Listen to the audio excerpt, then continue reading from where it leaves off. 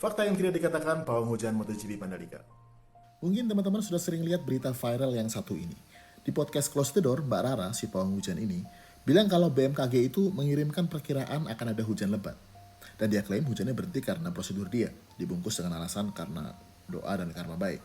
Karena orang juga lebih mudah setuju dengan kemasan religius dan kebijaksanaan. Yang tidak dia katakan adalah jauh sebelum itu, BMKG bekerja sama dengan Badan Nasional Penanggulangan Bencana atau BNPB beserta Badan Riset dan Inovasi Nasional atau BRIN untuk menerapkan teknologi modifikasi cuaca dengan menebarkan garam dalam jumlah besar ke awan yang mengandung uap air. Kondensasi yang ditimbulkan menyebabkan hujan turun duluan di wilayah lain sehingga hujan yang masih turun di Mandalika tinggal sisa-sisanya aja. Yang namanya event besar itu pasti melibatkan lembaga-lembaga yang ahli di bidangnya. Ya kali acara sebesar itu direncanakan tanpa tindakan preventif untuk mengurangi dampak bencana. Yang bikin susah itu, klinik selalu dibalut dengan bumbu-bumbu wisdom atau kebijaksanaan, ikhlas, rendah hati, dan sebagainya. Memanfaatkan nilai-nilai universal yang bikin kesimpulan orang mudah teralihkan. Padahal yang lebih rendah hati ya BMKG, BNPB, dan BRIN, yang meskipun sudah kerja keras, keluar dana besar untuk keseluruhan proses modifikasi cuaca, tapi kurang mendapatkan panggung dan apresiasi yang sepantasnya. Terus kenapa masih pakai pawang hujan? Proses meng-hire pawang hujan ini juga kadang memanfaatkan rasa bersalah penyelenggaranya.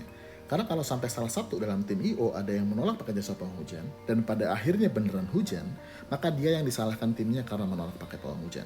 Sebaliknya, kalau pakai pawang hujan dan tetap terjadi hujan, ini seperti kesalahan yang ditanggung bersama.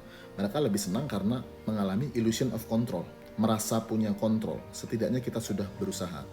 Akhirnya banyak orang-orang I.O. yang meskipun nggak percaya tetap main aman daripada dia yang disalahkan. Jadi ini hanya placebo effect, bahkan pawang hujan ini bisa dibilang a business built by fear and guilt. Percuma sebelumnya ada bukti pawang hujan gagal berkali-kali, orang nggak peduli. Sekali berhasil, meskipun sebenarnya udah diprediksi BMKG, orang menutup mata dengan sisa bukti sebelumnya. Karena sebagian besar orang hanya akan notice hal-hal yang ingin dia lihat. Kalau ada yang bilang, tapi kan itu tradisi, bagian dari budaya. Di setiap peradaban, di setiap wilayah memiliki tradisi yang sudah ditinggalkan karena sudah tidak relevan dengan penemuan terbaru dan tidak memberikan kontribusi nyata dalam kurun waktu yang lebih panjang.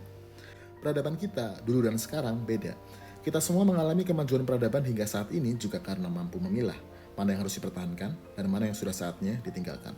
Segala hal, baik ataupun buruk, selalu bisa dibungkus dengan konsep kebijaksanaan dan spiritual. Atas nama tradisi, budaya, ikhlas, rendah hati, kadang dibungkus terang-terangan pakai agama juga.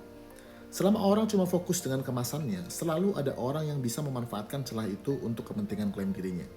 Yang perlu kita ingat, kalaupun gimmick marketing, jangan sampai misleading.